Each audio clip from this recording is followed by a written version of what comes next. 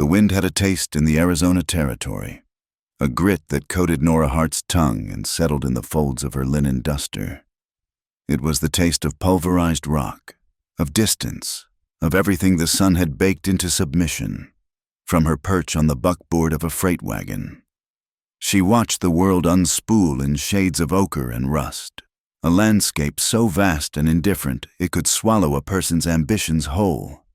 San Miguel was a promise 2 days ahead, a splinter of civilization clinging to the edge of the mountains, but out here, there was only the creak of wagon wheels and the percussive clap of canvas in the ceaseless wind. Nora braced her heavy box camera between her knees. It was her anchor and her shield, the cumbersome apparatus through which she intended to capture the truth of this place. Not the dime novel fantasies of heroic cowboys and noble savages, but the hard, unvarnished reality of dust, sweat, and the quiet desperation in people's eyes. She was 26, a widow whose husband had been consumed by a fever back east, leaving her with a grief that felt like a debt. She had been weak then, a spectator to his fading.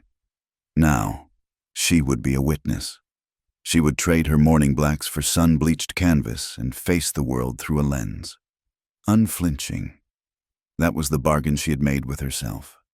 The wagon train, a paltry collection of 3 freighters and a handful of outriders, crawled through a shallow canyon known as Cedar Wash.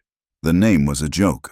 The only cedars were skeletal remains clawed into the canyon walls, their roots exposed like arthritic knuckles. The air grew still, the wind dying as if holding its breath.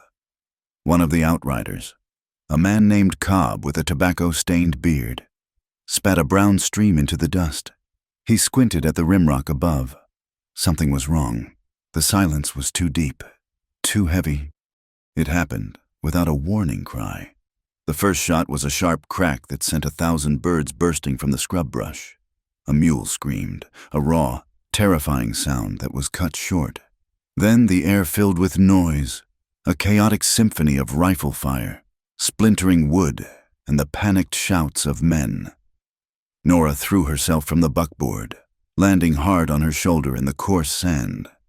She dragged the camera with her, her one instinct to protect the fragile glass plates within. Peeking over the wagon wheel, she saw them, figures moving along the ridge, their forms obscured by distance and the shimmering heat. They wore leather and feathers, their faces painted in streaks of black and red. Apache. The word rippled through the pinned-down train drivers like a death sentence. It was the borderland's deepest fear.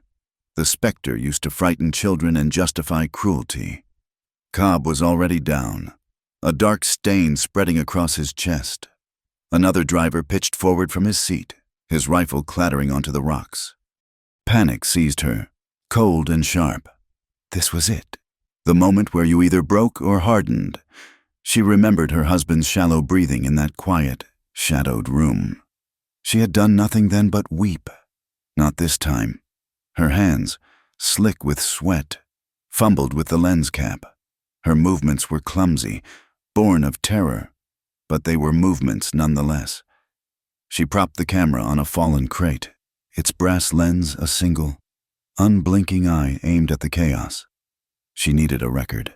If she was going to die, she would leave a ghost behind, an image of the truth. The attackers were descending now, moving with a fluid confidence down the rocky slope. They were not a wild horde, but a disciplined unit.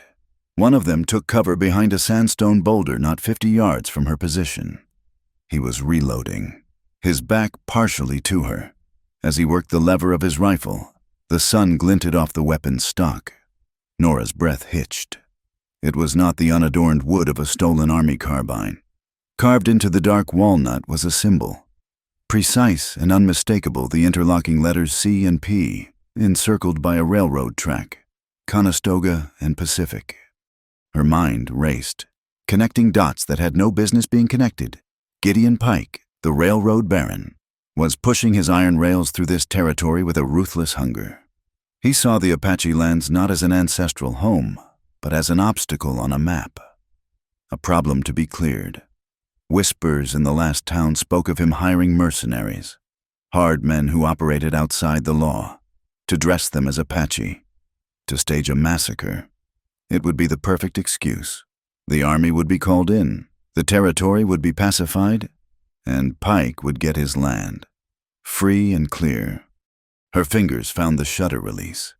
The mechanism made a soft, metallic click, a sound lost in the gunfire. She had it, the proof. The man turned, his face a mask of painted fury, but his eyes were not the dark, almond-shaped eyes of the native people she had seen. They were pale, the color of a winter sky. He was a white man. He raised his rifle, and Nora ducked as a bullet splintered the wood of the crate, showering her with splinters. She scrambled backward, dragging the camera, her heart hammering against her ribs like a trapped bird. She had to get away. The picture meant nothing if she was dead. The fight was almost over. The resistance from the wagon train had collapsed into a few sporadic, desperate shots. The attackers were moving among the wagons now, their work grimly efficient. Nora crawled away from the main skirmish, keeping low, heading for a narrow fissure in the canyon wall. She slid inside, the rough stones scraping her arms, and wedged herself deep into the shadows. She pulled her camera close, cradling it like a child, and waited, her breath coming in shallow, silent gasps. The sounds of violence faded, replaced by the heavy silence of its aftermath. She stayed hidden for what felt like an eternity, the sun creeping across the sky, turning the canyon into an oven. Thirst was a living thing in her throat. Just when she thought she might either bake to death or be discovered, a shadow fell across the opening of her hiding place. She looked up into the face of a man. He was Apache, his features stark and beautiful, framed by long black hair held back by a simple leather band. There was no paint on his face, only a deep stillness in his dark eyes. He carried no rifle, only a knife at his hip. He looked at her, then at the camera clutched in her arms, and his expression was unreadable. This, she thought with a surge of bitter irony, was a real Apache, and he would likely finish the job the impersonators had started. He said nothing. He simply reached a hand down to her.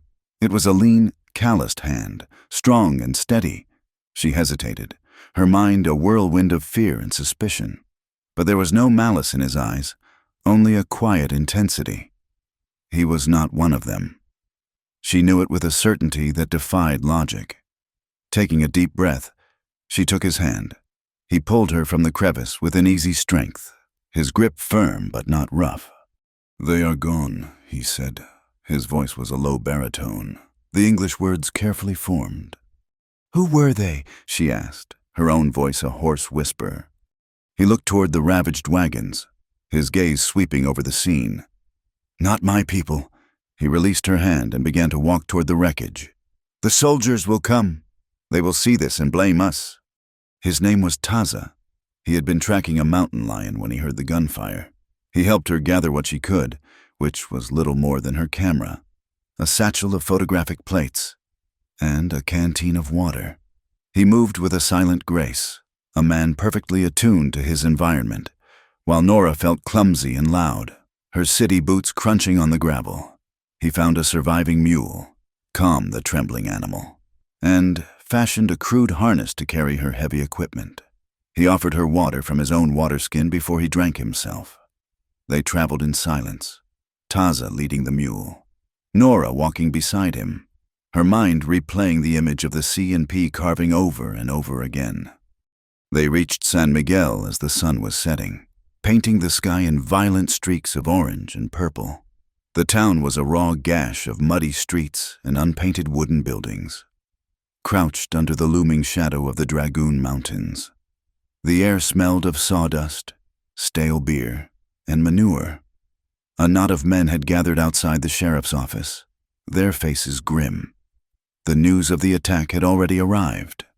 As Taza led the mule down the main street, a hush fell over the small crowd. Doors opened, faces appeared in windows.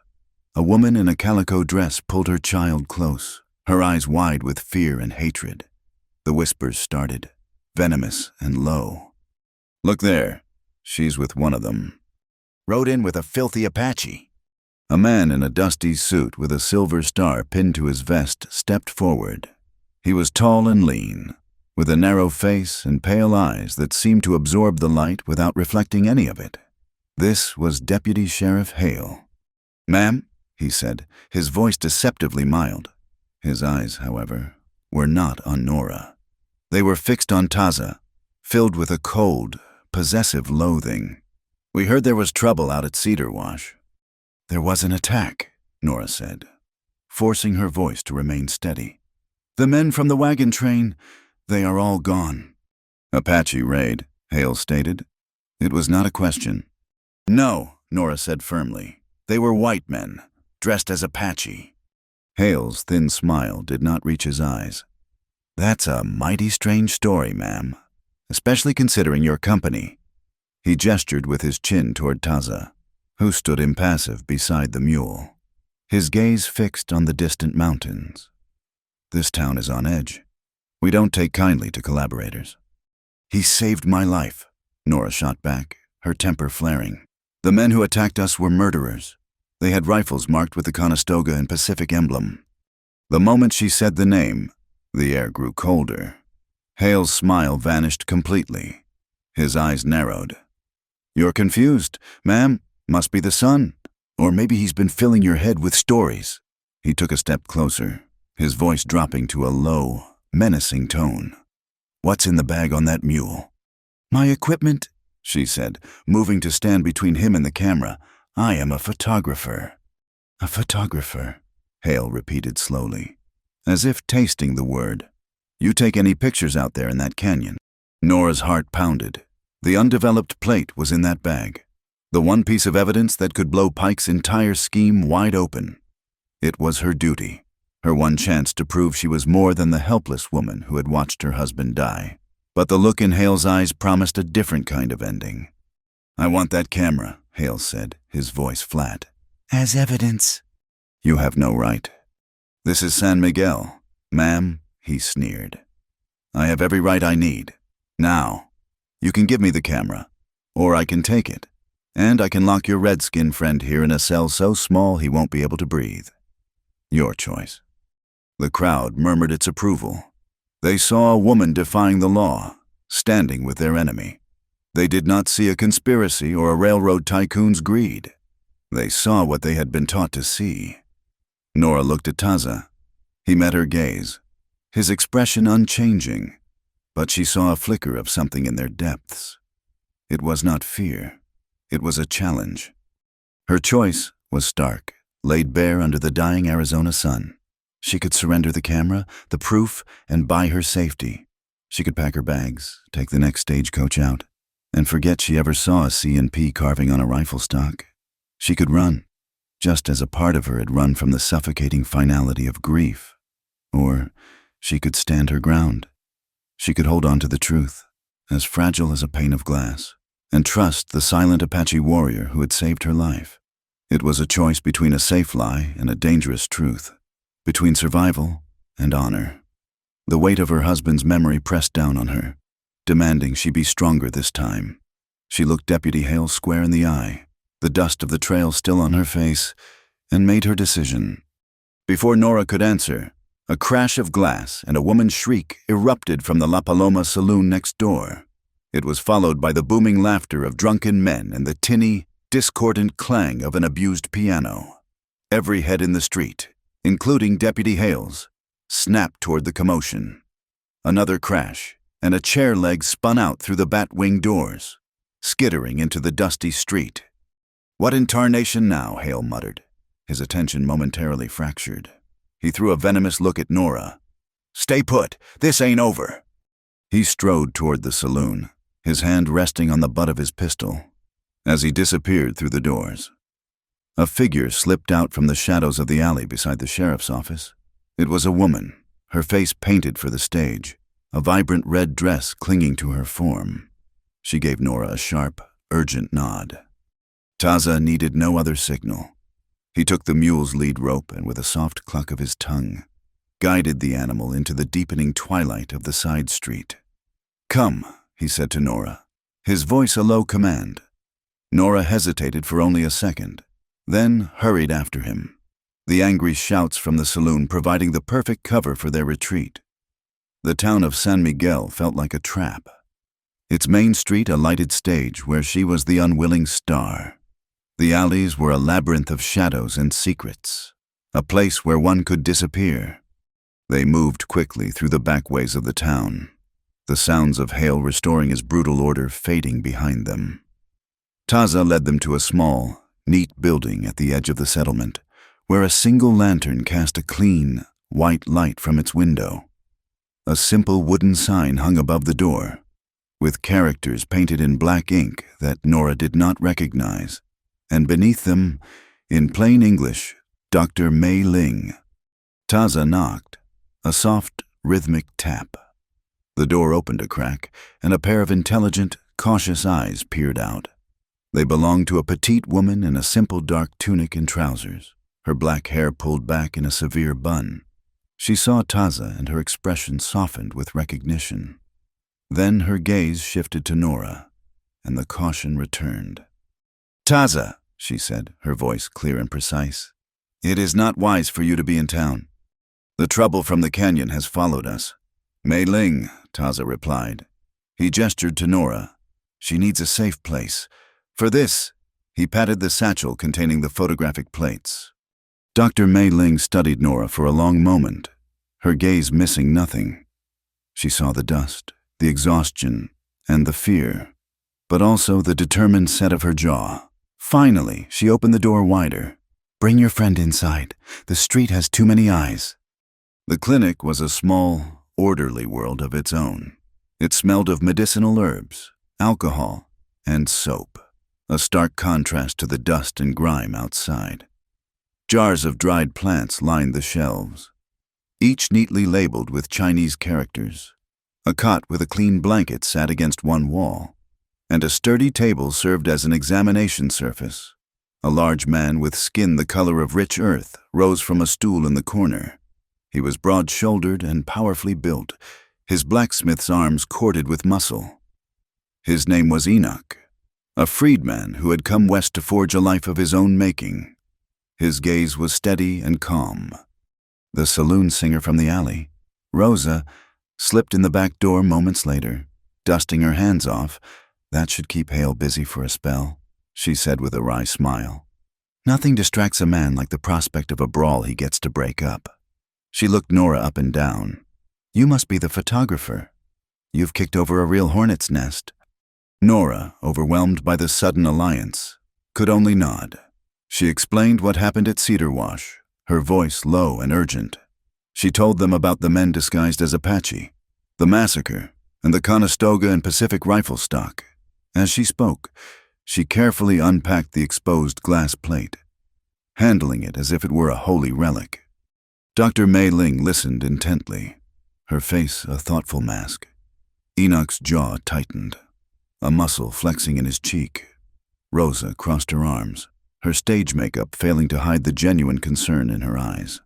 They were the town's outcasts, its fringe dwellers, a Chinese doctor, a black blacksmith, a Mexican singer, and now, an Apache warrior and a widow who had seen too much.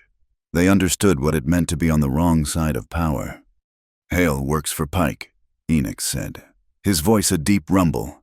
"Everyone knows it, but no one dares say it. He clears the way, legally or otherwise. This attack, it is to create a panic, an excuse for the army to drive the Apache from the mountains for good, so Pike can lay his tracks."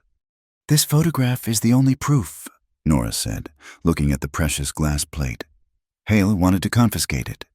"Then we must hide it," Dr. Mei Ling said decisively. She took the plate with gentle, sure hands. She walked to a large ceramic jar filled with dried ginseng root, a pungent, earthy smell filling the air as she opened it. She carefully wrapped the plate in oilcloth and nestled it deep within the roots. "No one will look for it here. They will search for cameras and chemicals, not for Chinese medicine." Nora felt a wave of relief so profound it almost buckled her knees. For now, the truth was safe. Taza, who had been standing silently by the window, watching the street, finally spoke. Hiding is not enough. They will try again. My people are in the mountains. They are peaceful, but they will be blamed. A woman named Naichi is their elder. She must be warned." His words hung in the quiet room. He was looking at Nora, but his gaze was distant, as if he were seeing the high, wind-swept mesas where he belonged. She could sense the conflict within him, a deep fissure between his desire to protect his family and his reluctance to engage with the violent world of men like Hale and Pike. He had served as a scout for the army once, guiding them through the treacherous terrain he knew as home, until he saw their promises turn to lies and their justice become a weapon against his own. He had retreated into the solitude of the mountains, vowing to walk that path no more, but now that path had come hunting for him. "I will go with you," Nora said, the words coming out before she had fully considered them. The decision felt less like a choice and more like a current she had been swept into. Taza turned his full attention to her. "It is a hard journey, and dangerous. Hale's men will be looking for you." "All the more reason to leave town," she countered. "What's our next move? Warning Naichi is crucial, but it won't stop Pike. We need more than one photograph. We need to expose his entire operation." It was Rosa who provided the missing piece. Pike's men, the ones he hires for his dirty work. They get paid in cash and whiskey at the C&P warehouse at the end of each month. She said, leaning against the doorframe, "I hear things in the saloon. Drunk men like to boast. They talk about a book, a ledger, Pike's paymaster, a weaselly man named Finch. He keeps a record of every man paid, every bullet bought. They call it the Black Book." "A ledger," Nora breathed. "If I could photograph the pages of that ledger, it would be undeniable proof." A plan began to form, fragile and fraught with risk. Taza would lead Nora out of town, across the high, dry plains, the Vaga Mesa to Naichi's camp. While they were gone, Enoch, Rosa, and Mei Ling would listen, gather information, and watch the C&P warehouse. The ledger was the key. Finding it became their new, specific goal, a tangible objective in a sea of uncertainty. Before they could leave, they needed supplies. Enoch offered a sturdy knife and a blanket roll. Mei Ling provided a satchel with bandages and salves. "For when the desert bites back," she said with a small smile. But they still needed food and water. The general store was too public. Rosa suggested she could get what they needed, but Nora shook her head. "No, I cannot hide forever. I need to learn to walk through this town without flinching." Her resolve took her back to the La Paloma saloon. It was the heart of San Miguel's public life, a place of loud opinions and cheap whiskey. As she pushed through the bat-wing doors, a wave of stale air and hostile silence washed over her. The piano player stopped mid-tune. Every conversation died. Hale was not there, but his influence lingered like the smell of stale smoke. Men at the bar turned to stare, their eyes filled with suspicion and contempt. "Well, look what the cat dragged in," a grizzled trapper sneered. "The Apache's woman." A ripple of cruel laughter went through the room. Nora's face burned, but she met their glares with a cool defiance she did not feel. She walked directly to the bar, her back straight, and ordered jerky, hardtack, and 2 full canteens of water. The bartender, a man with a heavy mustache, served her with a deliberate, insulting slowness. She paid him, her hands steady, and did not allow her eyes to waver from his. She was no longer just a widow in mourning. She was a woman with a purpose, and their petty hatred was just another obstacle, like the wind and the dust. She was learning to endure it, to let it flow around her without eroding her sense of self. It was a painful, lonely lesson, but it was the beginning of a new kind of strength. She left the saloon with her head held high, the whispers following her out into the night like hungry dogs. Taza was waiting for her in the shadows where they had agreed to meet, the mule loaded and ready. He took the supplies from her without a word, but she saw in his eyes that he understood what she had just faced. Their alliance was still a new and fragile thing, a pact born of necessity, not friendship, but in that shared moment of understanding, something shifted, a thread of trust, thin but strong.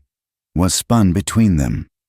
They slipped out of San Miguel under the cover of a sliver of moon, leaving the suffocating confines of the town behind. Before them lay the Vaga Mesa, a vast, open expanse of rock and scrubland that stretched to the dark silhouette of the mountains. The wind was alive out here, a clean, wild thing that whipped the hair from her face and seemed to scour the town's filth from her skin. The boundary between the town and the wilderness was more than just a physical line. It was the border between prejudice and possibility, between a world that sought to confine her and one that offered a terrifying, liberating freedom. As they moved deeper into the night, Nora glanced back. A single light, a lantern, flickered in the window of Dr. Mei Ling's clinic, a tiny beacon of hope in the darkness. But further down the street, she saw another flicker of movement, a shadow detaching itself from a doorway, a man on horseback, his form a dark cutout against the night sky. He was not moving, just watching, waiting. The consequences of Cedar Wash were already on their trail. She turned her face forward, toward the open desert and the uncertain journey ahead. There was no going back. The rider on the ridge was not a mirage. Taza confirmed it with a glance, his eyes accustomed to reading the subtle language of the landscape.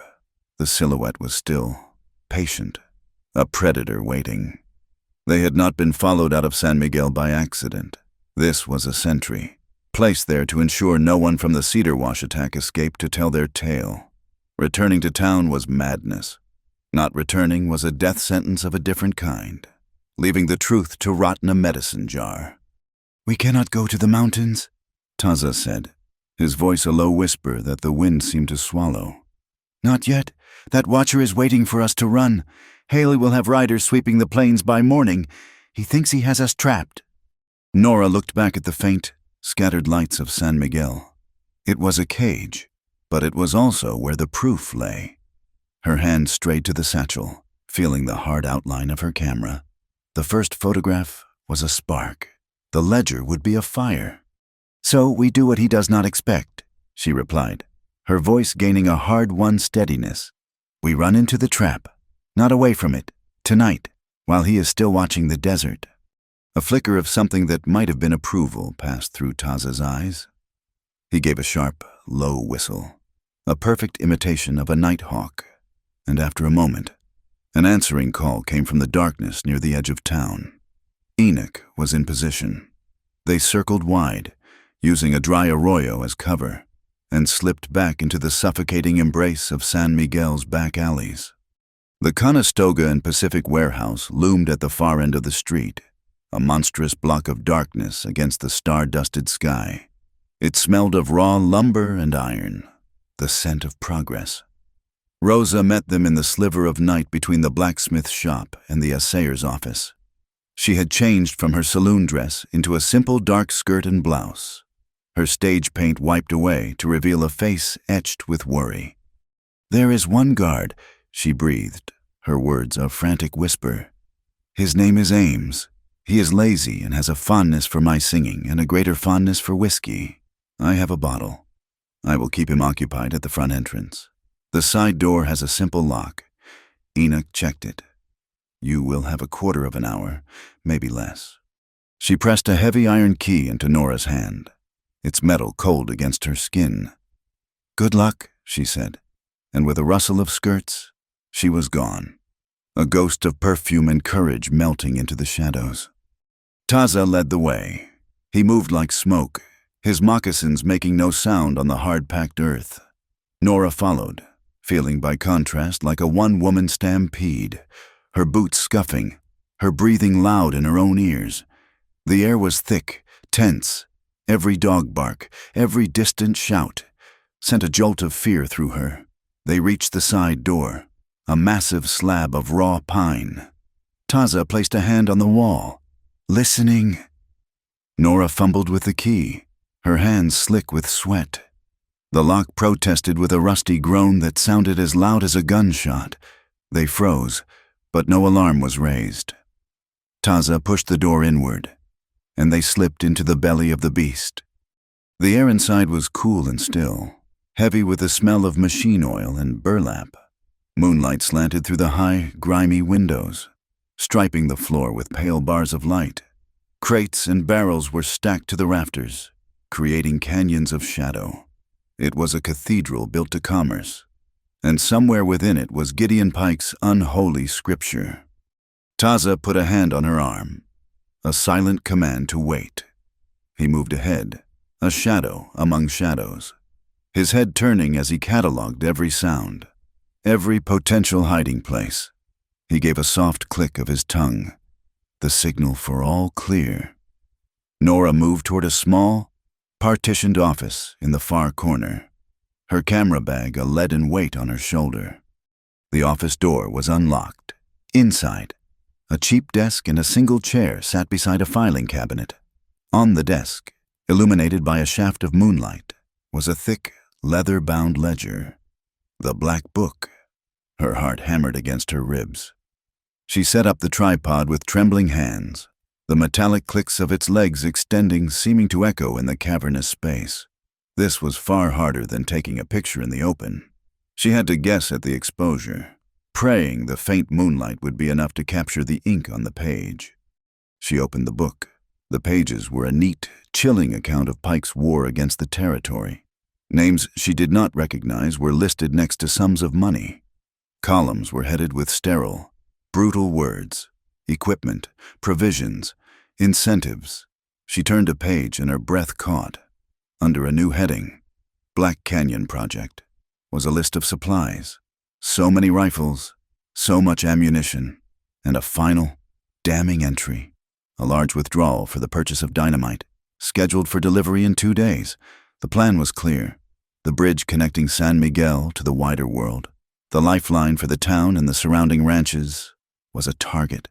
Its destruction, blamed on the Apache, would be the final justification for a full-scale military campaign. It would cleanse the mountains and make way for the railroad. Working as fast as she dared, Nora focused the lens and began to photograph the pages, the soft click of the shutter a tiny rebellion in the oppressive silence. While she worked, Taza prowled the main floor.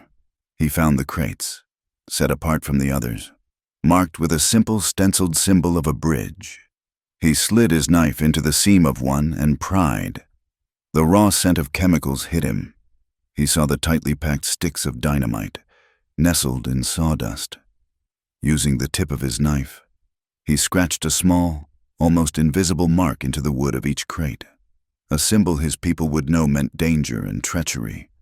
Nora had just finished the last page and was carefully packing the glass plate when a floorboard creaked just outside the office door. Her blood ran cold. Taza materialized at her side, his knife in his hand, his body a coiled spring.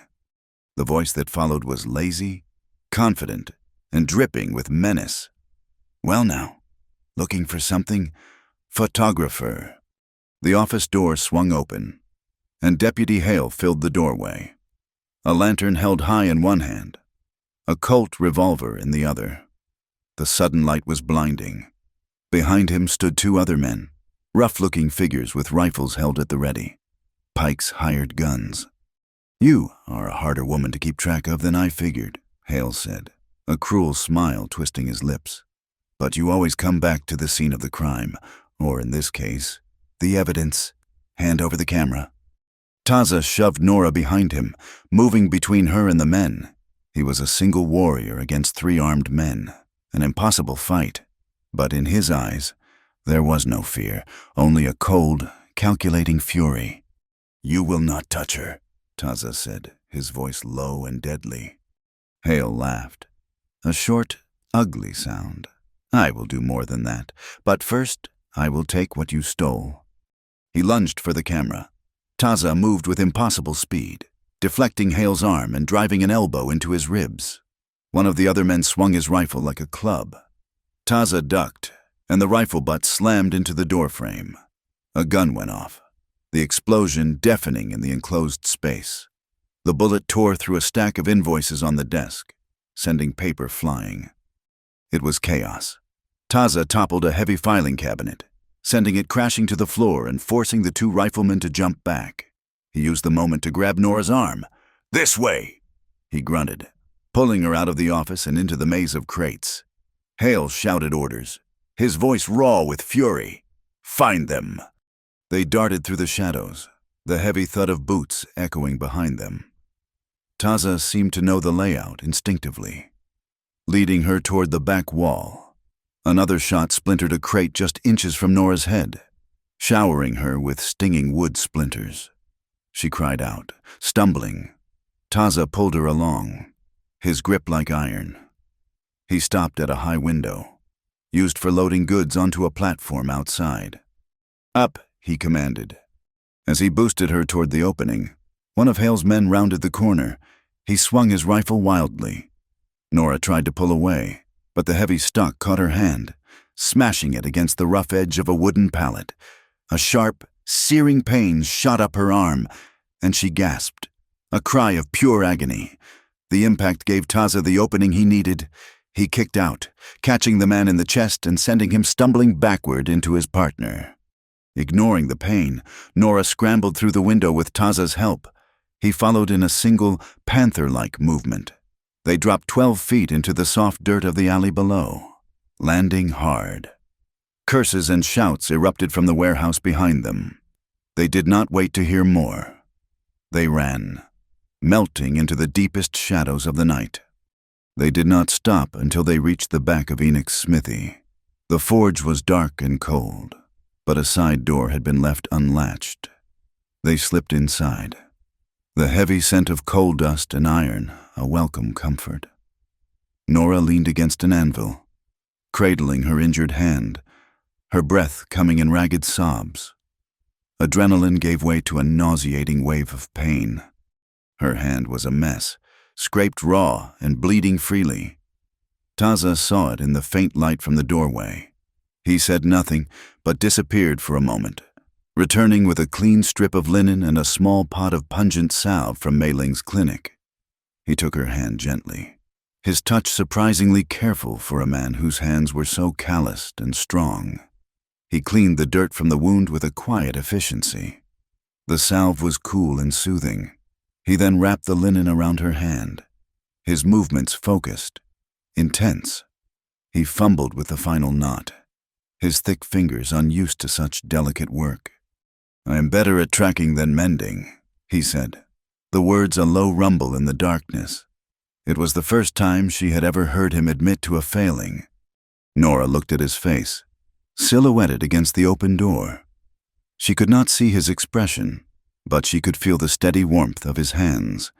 "You did well enough," she whispered. The silence that followed was not empty. It was filled with the unspoken reality of what they had just endured together. The truth had its price, and her blood was part of the payment. They could not stay. A new set of exposed plates was in her satchel, evidence that could hang Gideon Pike, but Hale knew they had it. The entire town would be his hunting ground now. Rosa appeared at the door like a phantom. "Hale has men watching the roads," she said.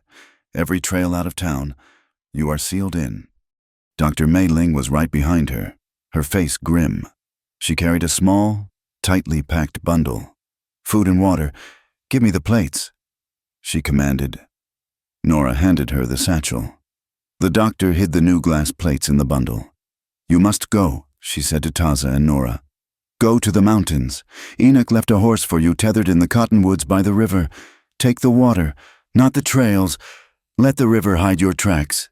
Do not come back, not until you are ready to bring the whole rotten structure down." Nora looked at her bandaged hand, then at the faces of her newfound allies, their features barely visible in the gloom. They were risking everything for a truth that was not even their own. Taza took the bundle from Mei Ling, his eyes meeting Nora's over the small space. It was time to go. They stepped out of the smithy, leaving the last sanctuary behind them, and plunged once more into a night that was now alive with enemies. The San Gabriel River was their road and their shield. Taza led the horse through the shallows, the water cool around its fetlocks, erasing their tracks as soon as they were made. Nora walked beside him, the rhythmic slosh of her waterlogged boots a miserable counterpoint to the steady flow of the current. The pain in her hand had subsided to a dull, persistent throb, a physical reminder of their flight. They moved for hours. The high canyon walls on either side their only companions. The sky a narrow, brilliant strip of blue above. By midday, the heat was a physical weight, pressing down, leaching the strength from their bodies. They left the river where the canyon widened, striking out across a broken, rocky plain that climbed steadily toward the foothills of the Dragoons. The air grew thin and still, charged with an unnatural energy. The sky, once a clear and endless blue, began to bruise in the west, the color of a day-old contusion. Taza stopped, his head tilted, sniffing the air like an animal. "A storm comes," he said. "Not a summer shower, something else." There was no wind, only a suffocating stillness. The light turned a strange, sickly yellow. Nora could feel a pressure in her ears, a tension in the very air she breathed. They quickened their pace, the horse sensing their urgency, its ears twitching nervously. They were aiming for a pass Taza knew, a sheltered route into the high country, but their path led them directly toward a familiar, dreaded landmark, the upper reaches of Cedar Wash. It was a place of ghosts, and Nora felt a chill despite the oppressive heat. This was where her new life had begun, in a baptism of gunfire and deceit. To return here felt like tempting a cruel fate. "We must cross here," Taza said, his voice tight. "The storm will break soon. The high ground is the only safe place." The wash was wider here, a great sandy scar carved through the land. The air was so heavy now it felt like breathing water. The first drops of rain fell as they began to descend the steep bank. They were not gentle drops, but thick, heavy splats that kicked up puffs of dust where they landed. Then, with a suddenness that stole the breath, the sky opened. It was not rain, it was a deluge. A solid sheet of water slammed down, instantly turning the dust to mud. The world dissolved into a roaring, gray chaos. Within moments, the sandy floor of the wash began to darken as the water soaked in. But it was too much, too fast. A trickle of brown water became a stream, the stream a churning torrent. Taza grabbed the horse's bridle, pulling the panicked animal along. "Come!" he yelled over the roar of the storm. "We have to cross now." The water was already past their ankles, cold and shockingly powerful. It tugged at Nora's boots, trying to pull her feet from under her. Halfway across, the real flood hit. It came not as a rising tide, but as a wall, a wave of churning, mud-brown water, carrying with it a tangle of uprooted sagebrush and broken branches. A low, guttural roar filled the air as the flash flood, born in the mountains miles away, bore down on them. The horse screamed and reared, tearing the bridle from Taza's grasp. The animal scrambled for purchase, then was swept away, carried downstream in the roiling current. Nora cried out, losing her footing on the slick, unseen rocks below. The water, now a raging beast, grabbed her. It was an immense, impersonal force, dragging her down, tumbling her over and over. She caught a glimpse of Taza's face, his expression a mask of fierce concentration, before her head went under. The world was a suffocating, violent confusion of brown water and debris. Her lungs burned. Just as the blackness began to creep into the edges of her vision, a powerful hand clamped onto the collar of her duster, hauling her upward. She broke the surface, gasping, choking on water and air. Taza had her. He had braced himself between two large boulders, the flood parting around him like a river around a pylon. His face was inches from hers, the rain plastering his black hair to his skull.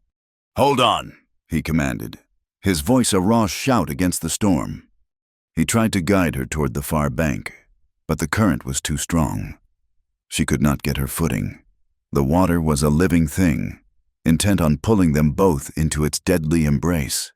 Without another word, he released his grip on the rock, launched himself toward her, and in one powerful motion heaved her up and over his shoulder. The weight of her sodden clothes and body was immense, but he held her fast.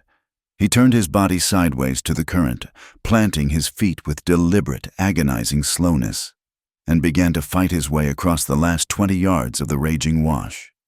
Nora clung to him, her face pressed against the hard muscle of his back.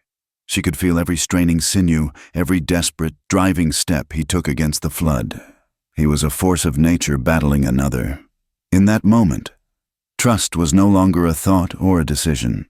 It was a physical reality, a life held in his arms.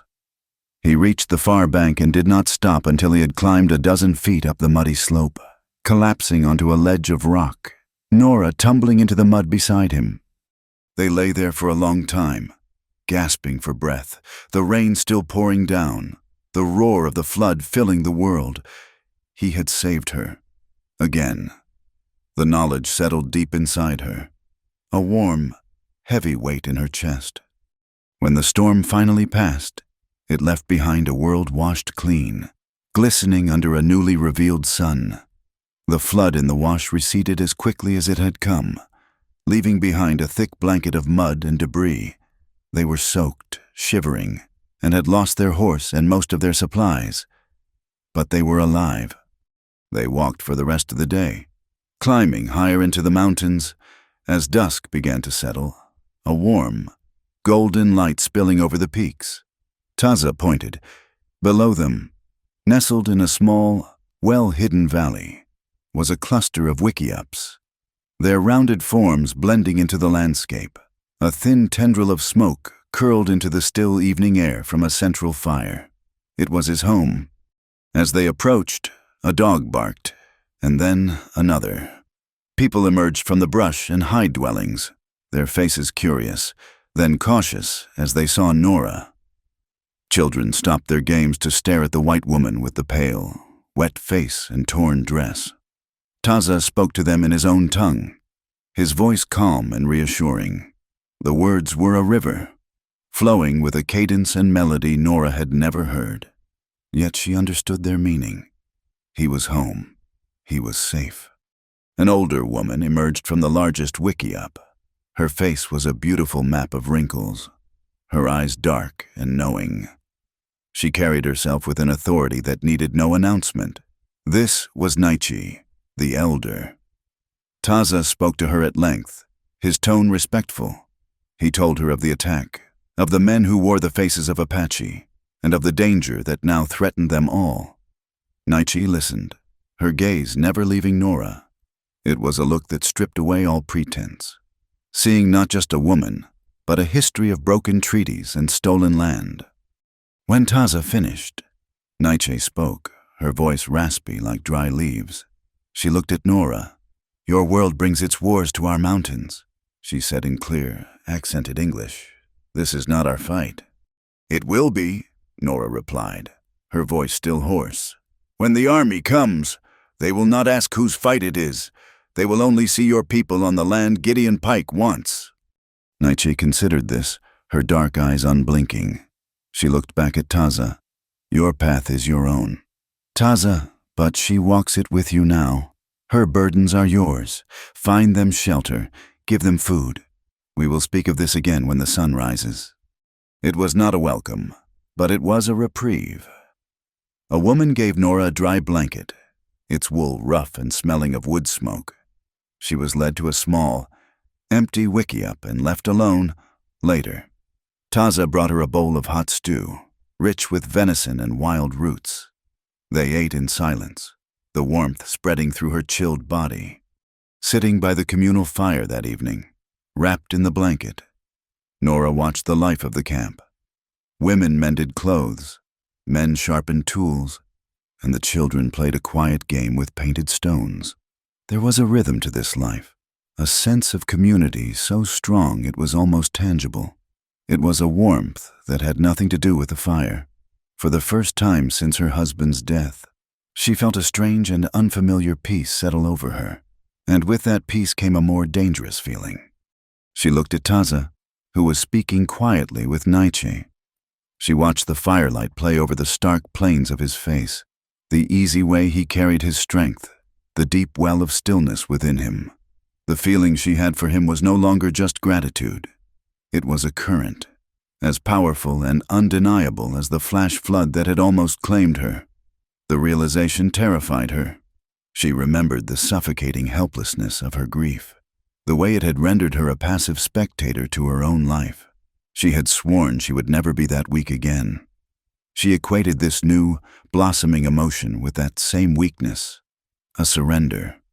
But as she sat there, listening to the soft murmur of the Apache language, she understood. This was different. Her feelings for Taza were not an anchor, but a fire. They did not make her weak. They made her want to be stronger. She could feel this, could allow it to grow, without losing the woman she had fought so hard to become. It was not a betrayal of her past, but a promise to her future.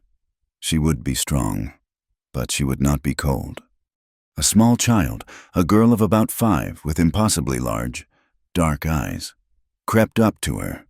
The girl pointed a tiny finger at Nora's bandaged hand. She whispered a single word in her language. Nora did not understand. The girl repeated it, then pointed to her own hand.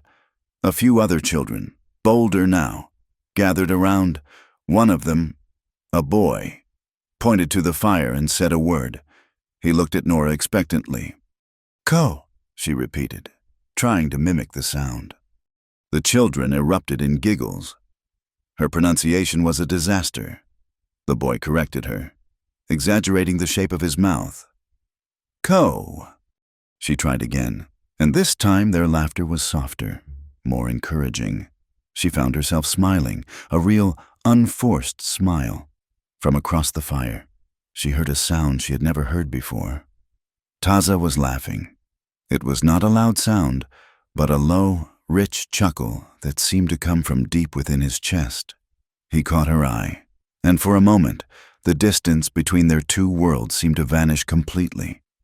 The peace of the evening was a fragile thing. Later that night, as the camp slept under a blanket of brilliant stars, Taza took a walk around the perimeter. He was not restless, but watchful. His instincts, honed by a lifetime in these mountains, were humming a low note of warning. Near the creek that supplied the camp with water, in a patch of soft mud, he found it. Not the print of a deer or a coyote.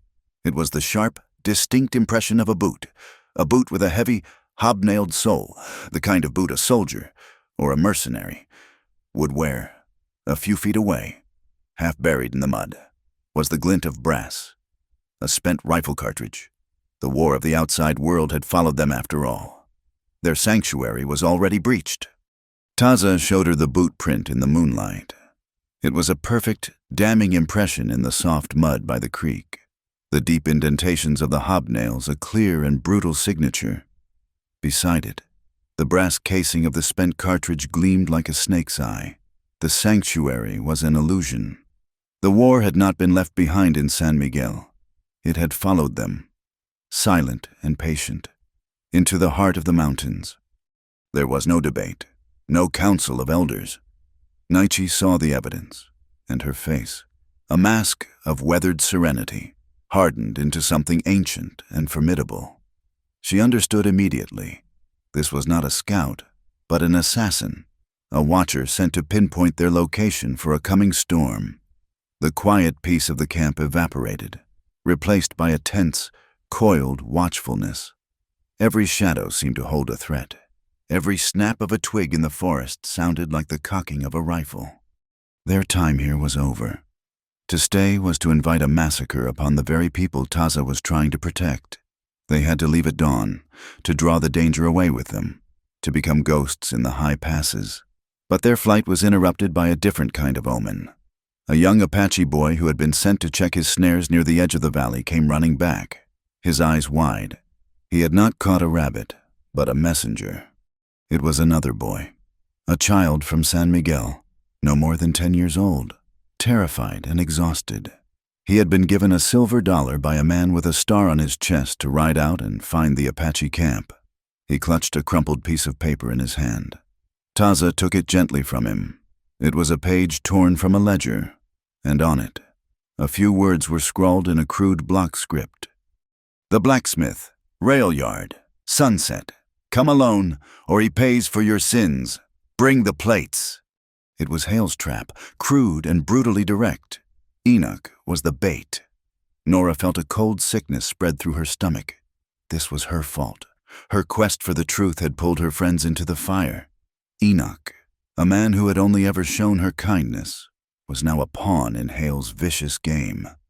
"It is a lie," Taza said, his voice flat. "He will not trade. He will take the plates and kill you both." "I know," Nora whispered, her gaze fixed on the piece of paper. "But I have to go. I cannot leave him there." Taza looked at her, his dark eyes searching her face. He saw no hesitation, no flicker of doubt, only a grim, unyielding resolve. This was the woman who had stood between him and a rifle butt, the woman who had faced down a saloon full of hatred. He had seen her fear, but he had never seen her run from a fight she believed was just. "You will not go alone," he said. It was not an offer, but a statement of fact. They left the boy from San Miguel with Naiche, who would see that he was fed and sent safely home by a hidden route. As Nora and Taza prepared to leave, the old woman placed a hand on Taza's arm. Her eyes were filled with a deep sorrow.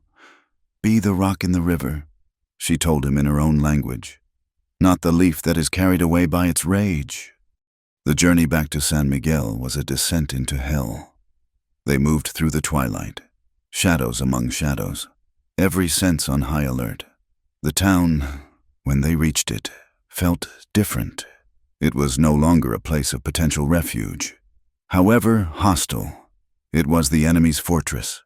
The rail yard was a sprawling complex of tracks and buildings on the edge of town, a black, skeletal geometry against the blood-red sunset.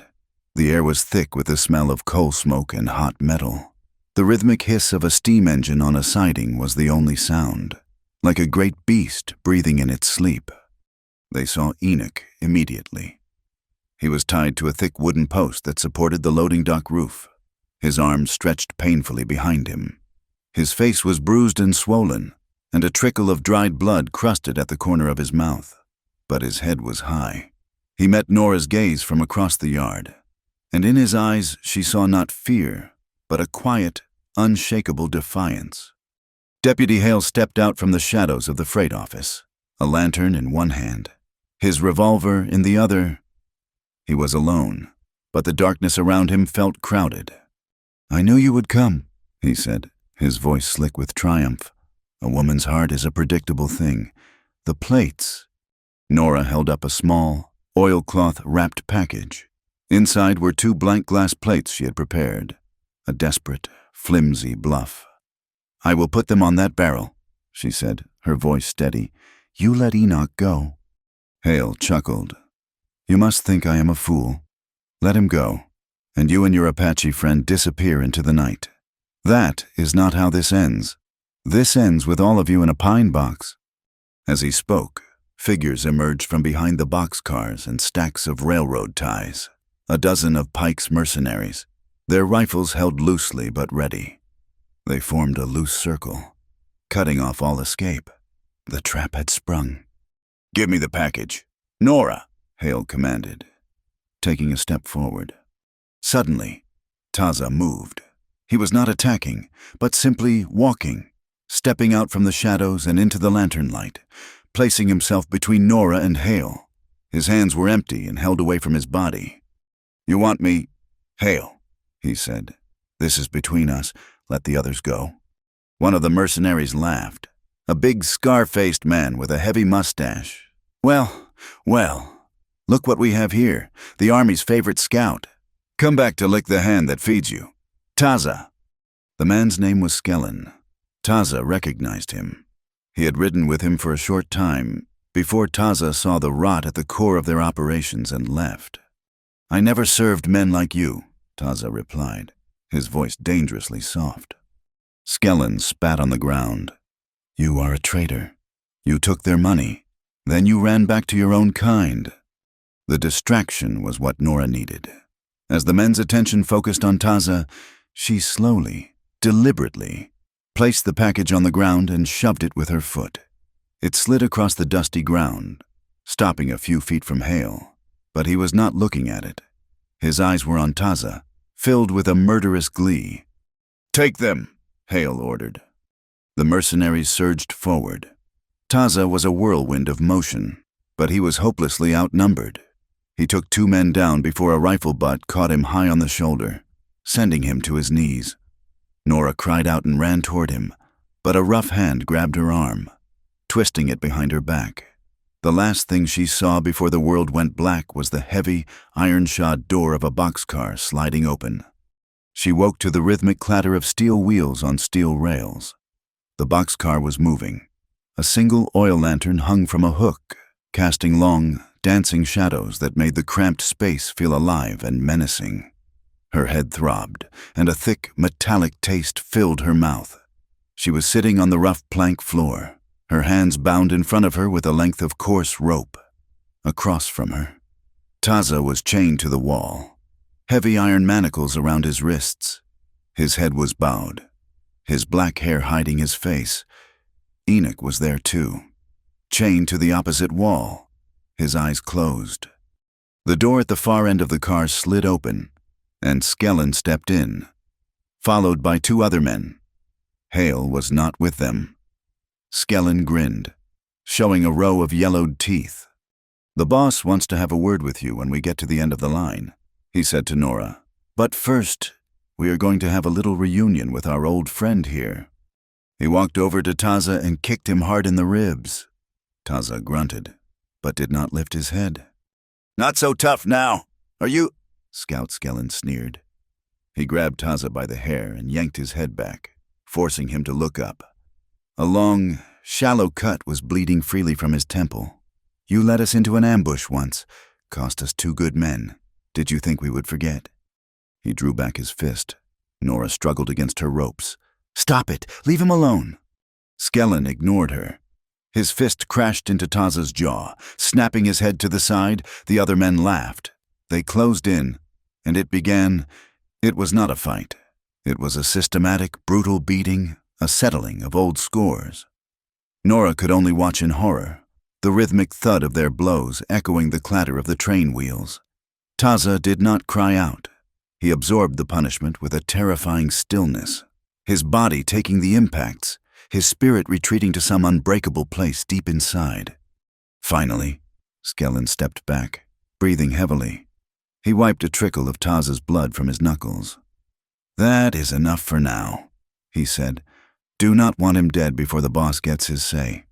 They left, sliding the door shut and leaving them once again in the swaying, lamp-lit darkness. Nora managed to work her hands free of the loosely tied rope. She crawled over to Taza. He was slumped against the wall, his breathing shallow and ragged. She gently touched his face, turning it toward the light. His lip was split, and a dark bruise was already forming on his cheekbone. She tore a strip from her petticoat and, using the water from her canteen, began to clean the cut on his temple. He winced, but did not pull away. His eyes opened, and he looked at her.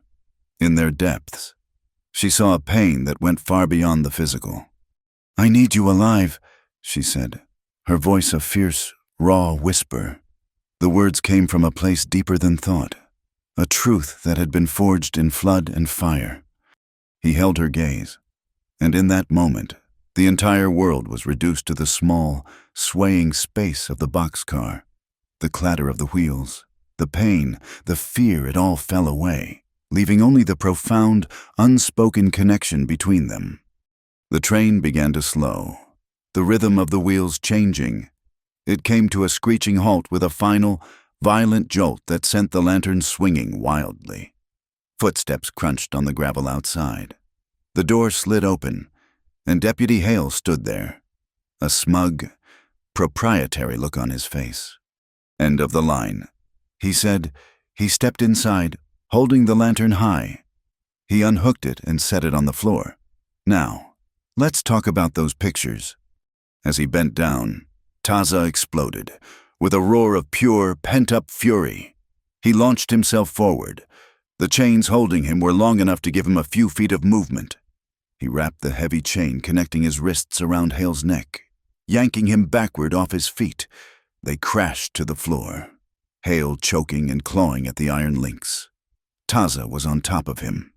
his face a mask of cold, murderous rage, his thumbs pressing into the deputy's windpipe, the hatred he had held in check for so long, the rage of a man who had seen his people betrayed and his honor questioned, was now unleashed. Taza! No! Nora screamed, scrambling toward them. She grabbed his arm, her fingers digging into his tense muscle. He was like iron. He did not even seem to notice her. Do not do this, she pleaded, her voice cracking. Killing him will not save the bridge. It will not save anyone. He hesitated. His grip loosened for a fraction of a second. Nietzsche's words echoed in his mind. Be the rock in the river, not the leaf. He looked from Hale's terrified, purpling face to Nora's desperate one. With a shuddering gasp, he released his hold. Hale rolled away, gasping and retching. Just as Taza slumped back against the wall, a new sound came from outside, the soft, metallic scrape of a tool against the door's heavy latch. The bolt slid back with a loud clank. The door slid open. Rosa stood there, a crowbar in her hand. Beside her, Mei Ling held a lantern and her medical bag. Took you long enough, Rosa said, her voice dry. She looked at the scene inside, at the bound Enoch, the bruised Taza and Nora, and the gasping Hale on the floor. Next time, she said, looking at Nora with a wry arch of her eyebrow, do not go courting at the rail yard. Nora, weak with relief, managed a shaky smile. I prefer a restaurant. Mei Ling was already inside, cutting Enoch's bonds, her movements quick and efficient. Rosa found the keys on Hale's belt and unlocked Taza's manacles. They had to move fast. They were in a switching yard miles from town, but Skellen and his men would be back soon. Their objective had not changed, but it had gained a terrifying urgency. The ledger, the photographs, the truth, they had to get it all out to the world. And they had to do it before Gideon Pike's dynamite blew the Black Canyon Bridge, and any hope of justice, to splinters.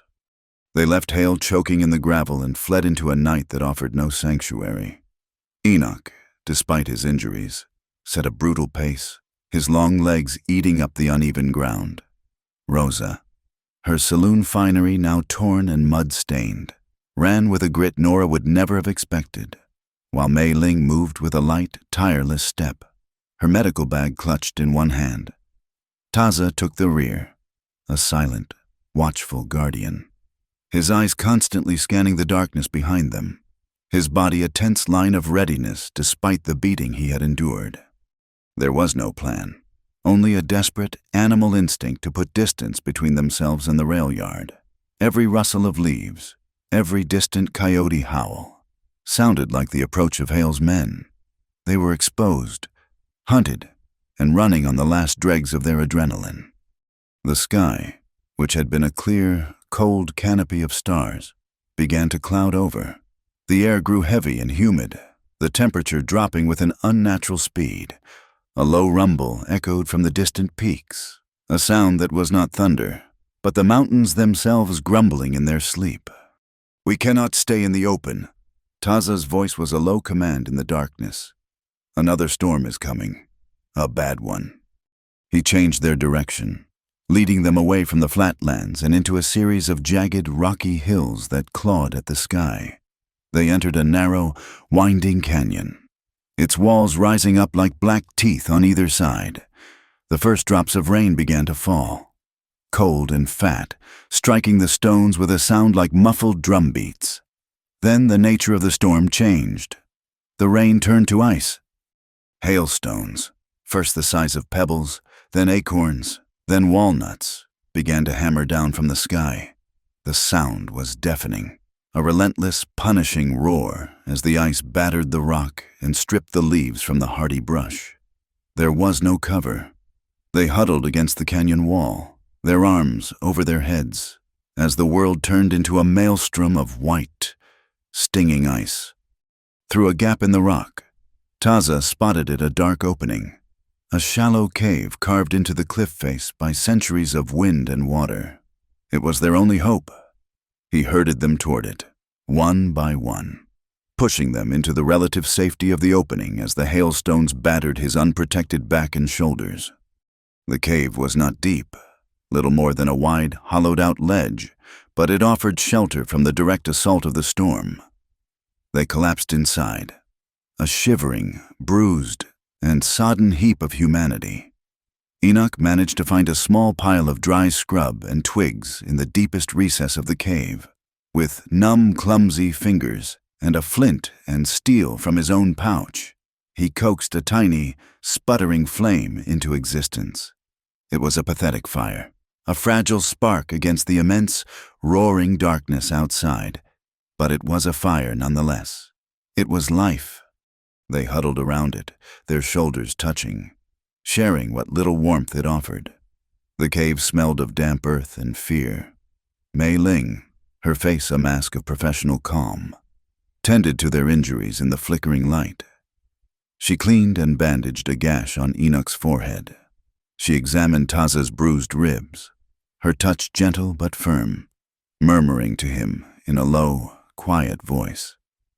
There was a deep, unspoken understanding between the outcasts of San Miguel, a loyalty forged in the fires of shared hardship. Nora shivered, a deep, uncontrollable tremor that racked her whole body. It was not just the cold. It was the shock, the memory of the boxcar, the feel of Skellen's hand on her arm, the sight of Taza's face as he absorbed the brutal blows. She wrapped her arms around herself, but she could not stop shaking. Taza watched her, his face grim in the firelight. He shrugged off the heavy, sleeveless leather poncho he wore. It was old and worn, stained by rain and sun, and smelled of smoke and the wild, clean scent of the mountains. He leaned over and draped it around her shoulders. The leather was surprisingly heavy, a solid, comforting weight. It still held the warmth of his body. Nora looked up at him, her eyes wide in the dim light. She opened her mouth to protest, to tell him that he needed it more, but he simply shook his head, a small, almost imperceptible gesture, and settled back against the rock wall beside her. The space between them was gone. His arm pressed against hers, the heat from his body a steady, living presence. She pulled the poncho tighter, burying her face in the worn, soft hide. And slowly, the violent shivering began to subside. The hailstorm raged outside, a wild, elemental fury. The wind howled through the canyon, a mournful, lonely sound. They sat in silence, listening to the storm and the crackle of their small, struggling fire. There were no words for what they had endured. Language felt inadequate, clumsy. All that was left was the simple, profound reality of survival, of being alive, together, in this small pocket of shelter. Nora could feel the steady, slow beat of Taza's heart through his arm, or perhaps it was her own. She could no longer tell them apart.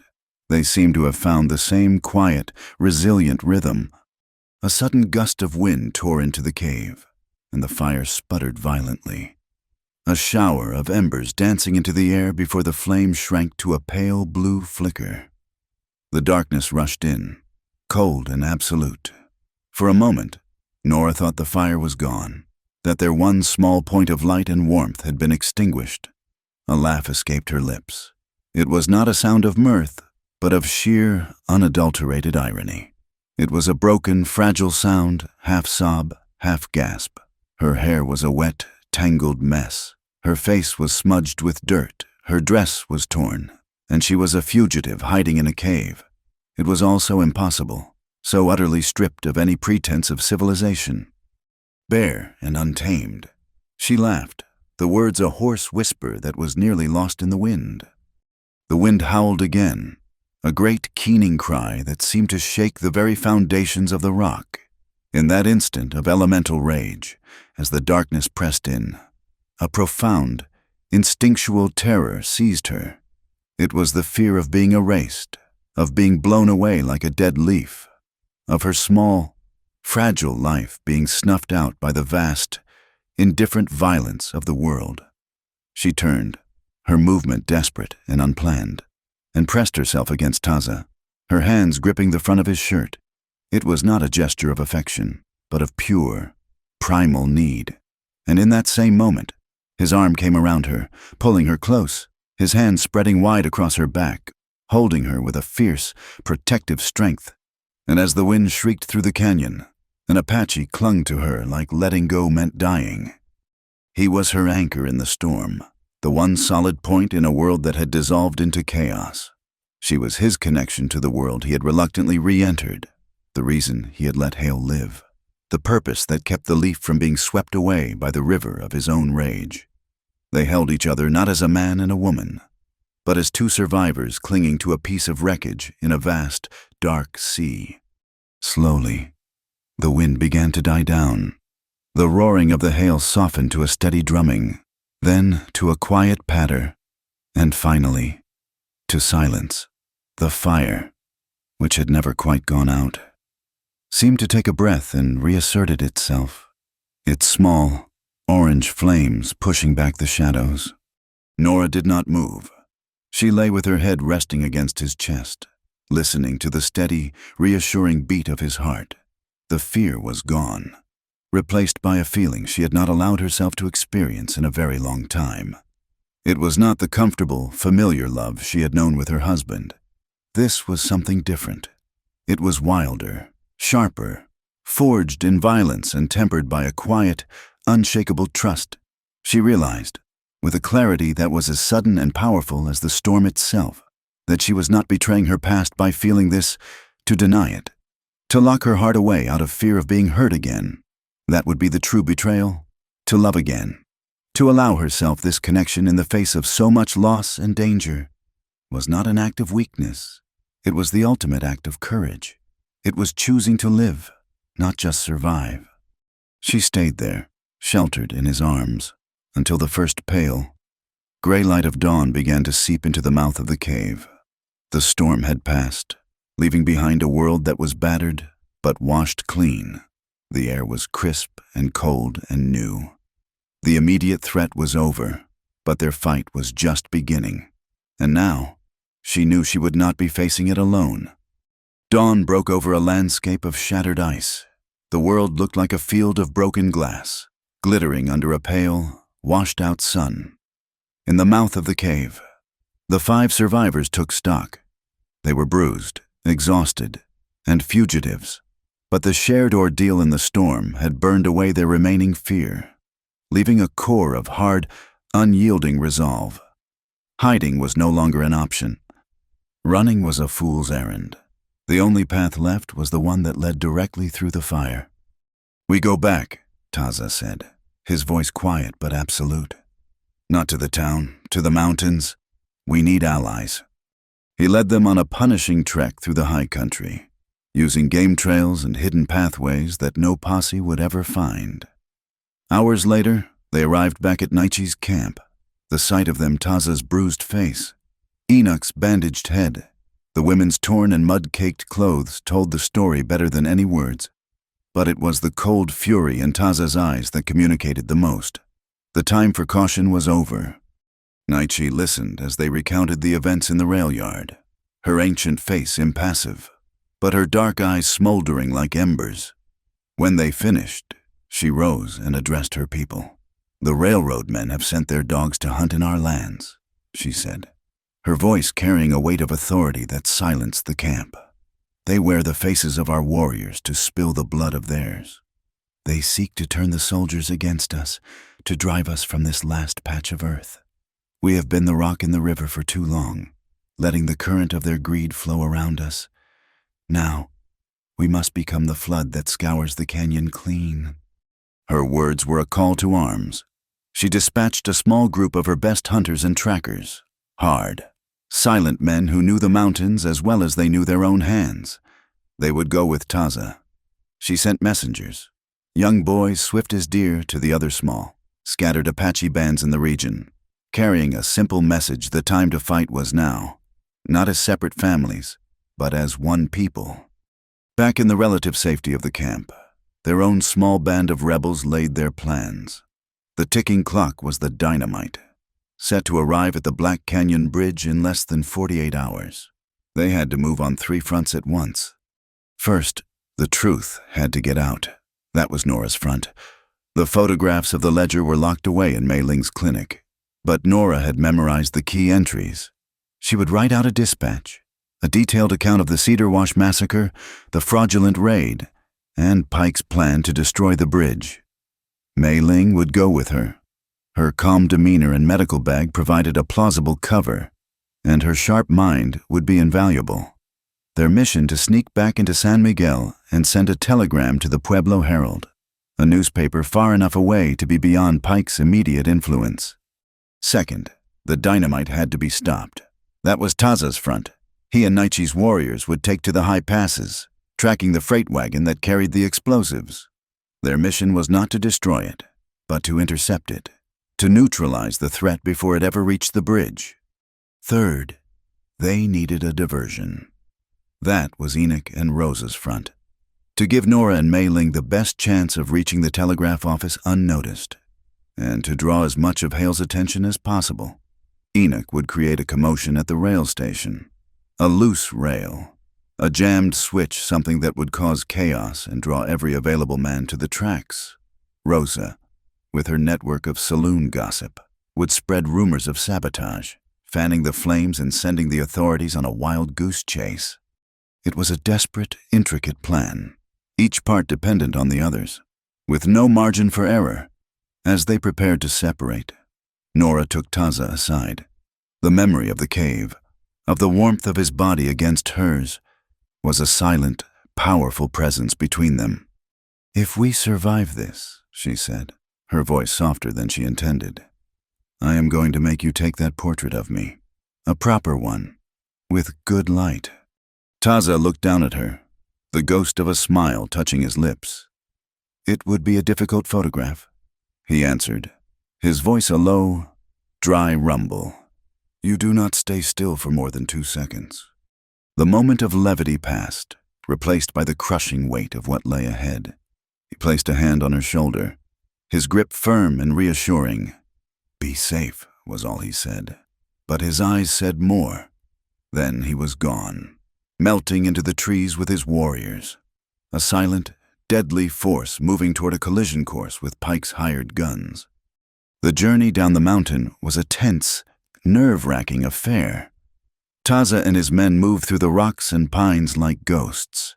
They found the tracks of the dynamite wagon easily, the deep ruts of its iron-shod wheels a clear scar on the landscape. They followed at a distance, keeping to the high ground. The wagon was heavily guarded, with 4 outriders and 2 men on the box, including the hulking, scar-faced man from the boxcar, Skellen. Taza laid his ambush in a narrow pass where the road was forced to wind between a sheer cliff face and a steep, wooded drop-off. His men were positioned perfectly, invisible in the rocks above. As the wagon entered the pass, a single, well-aimed arrow from Taza's bow struck the lead horse in the flank. The animal screamed and reared, throwing the entire wagon into chaos. Before the guards could react, Taza's men were on them. It was not a battle. It was a swift, silent, and overwhelming assault. They moved with a lethal efficiency that spoke of a lifetime of hunting in these same hills. 3 of the guards were taken down before they could even raise their rifles. The 4th spurred his horse and fled back the way he came. Taza let him go. He wanted the word to get back. He wanted Pike and Hale to know their plan had failed. Skellen and the other man on the box were pulled from their seats and bound. The second man was terrified, babbling about his pay, begging for his life. Skellen was different. He was silent, his eyes filled with a venomous, cornered hatred.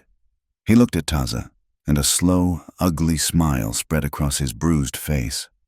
"You should have killed me in the boxcar. Scout!" he sneered. The other Apache warriors gathered around, their faces hard and unforgiving. They had seen the bodies at Cedar Wash. They had heard the stories. Their knives were out. They looked to Taza, their leader, waiting for the signal to exact their justice. The rage that Taza had held in check in the boxcar surged within him again. This man, this symbol of the brutal, casual cruelty that had plagued his people, was at his mercy. He could give the signal, He could watch the life drain from Skellen's eyes and feel the savage satisfaction of revenge. He saw the flash of the beating, felt the phantom pain in his ribs, heard the man's mocking laughter. His hand tightened on the hilt of his knife. Then he saw Nora's face in his mind's eye. Her desperate plea, killing him will not save the bridge. He heard Nietzsche's voice. Be the rock in the river. He held up a hand, and his warriors stopped, their expressions a mixture of confusion and disappointment. Taza knelt in front of Skellen, his face inches from the mercenaries. Your blood is worthless to me, Taza said, his voice a low, deadly whisper. It will not rebuild a bridge. It will not bring back the dead. But your words might. He pressed the tip of his knife against Skellen's throat, just enough to draw a single, bright bead of blood. Tell me the exact time you were meant to set the charges. Skellen's bravado faltered. He saw no mercy in Taza's eyes, but something far more terrifying, a cold, dispassionate purpose. He swallowed hard against the pressure of the knife. Midnight, he croaked. The charges were to be set at midnight. Taza held his gaze for a long moment, then pulled the knife away. He stood up and turned to his men. We have what we came for. Tie them to a tree where the soldiers will find them. We ride for Black Canyon. He had made his choice. Justice, not vengeance. A future, not a past soaked in more blood. It was the harder path, but it was his own. Meanwhile, Nora and Maidling slipped into the outskirts of San Miguel as evening fell. The town was buzzing with an anxious energy. Enoch and Rosa's diversion had worked perfectly. Men were shouting, running toward the rail station, where a plume of black smoke was rising into the twilight sky. Enoch had done more than jam a switch. He had set a small, controlled fire in a pile of discarded railroad ties, creating the illusion of a major act of sabotage. Under the cover of the chaos, Nora and Mei Ling made their way to the telegraph office. The operator, a thin, nervous man with ink-stained fingers, read Nora's dispatch with growing horror. Ma'am, he stammered, his eyes wide, I cannot send this. This accuses Mr. Pike himself of murder. They would ruin me. They would kill me. I am not asking you to sign your name to it, Nora said, her voice firm but kind. I am asking you to send it. People are going to die at midnight if you do not. Your neighbors, your friends. The truth is the only thing that can save them now. She pushed a handful of coins across the counter. Far more than the cost of the telegram. The operator looked from the coins to her earnest, determined face. He swallowed hard, his Adam's apple bobbing with a trembling hand. He picked up the dispatch and turned to his telegraph key. The small office filled with the rapid, urgent clicking of the Morse code signal, a desperate voice of truth calling out from the lawless frontier. Just as the operator finished, the door to the office flew open. Deputy Hale stood there, his face a thunderous mask of fury. A fresh bruise was visible on his neck where Taza's chain had been. His eyes locked on Nora. You, he snarled. He took a step forward, but at that moment, a man ran up behind him, breathless. Deputy, the fire's a decoy. Skellen's man just rode in. Said the Apache hit the dynamite wagon up in the pass. They are heading for the bridge. Hale's head snapped around. A look of dawning comprehension, and then pure, animalistic rage contorted his features. He had been played. He spun back to Nora, a look of murderous intent in his eyes, but he knew he had no time. He shoved past her and out into the street. They are going for the bridge, he roared to the men who were gathering around him. He pointed not toward the mountains where the Apache camp lay, but directly toward the dark, looming silhouette of Black Canyon. Ride, like the devil is on your heels. Nora and Mei Ling watched as Hale and a hastily formed posse of a dozen men mounted their horses and galloped out of town, a cloud of dust and curses in their wake. The clock was ticking. The race to Black Canyon had begun. The Black Canyon Bridge was a skeleton of wood and iron flung across a chasm of absolute darkness. It was the artery that connected San Miguel to the rest of the world, and tonight it was a battlefield.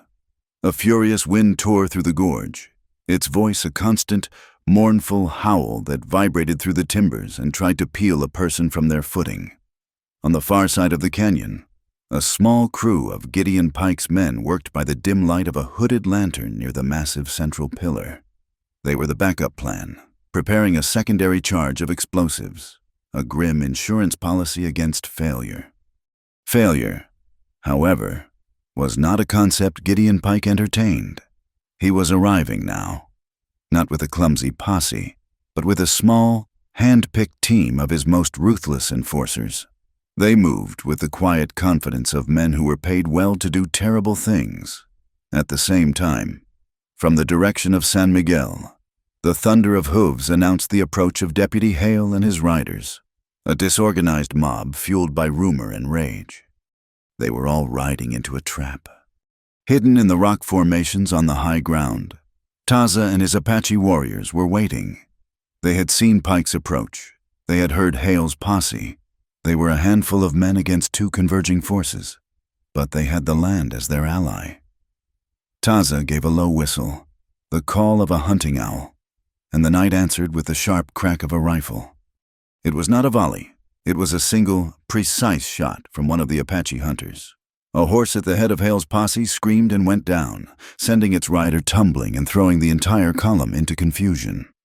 Another shot, from a different direction, splintered the stock of a mercenary's rifle in Pike's group.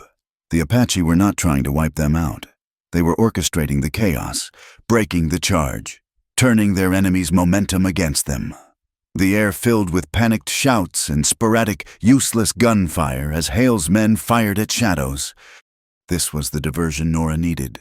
She, Mei Ling, Enoch, and Rosa had reached the near side of the bridge, hidden in a thicket of manzanita.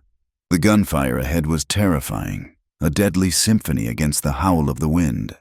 But Nora knew her part was not over. The telegram was a voice, but a photograph was a ghost that could haunt a man to the gallows.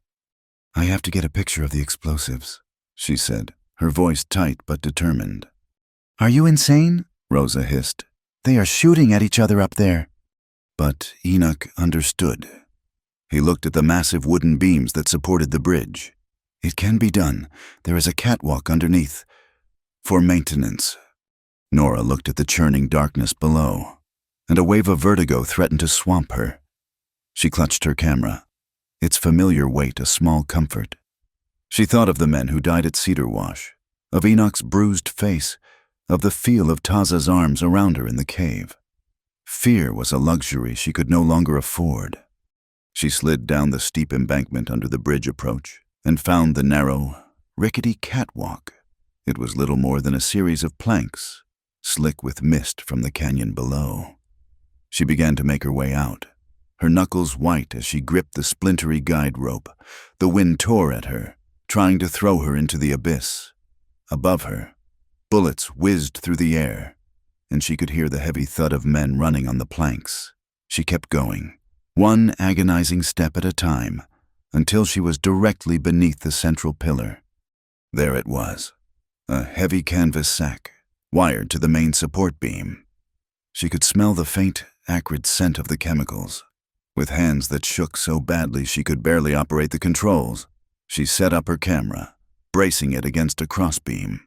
The flash powder hissed, a brilliant, instantaneous flare of white light that illuminated the scene for a fraction of a second, followed by a soft click.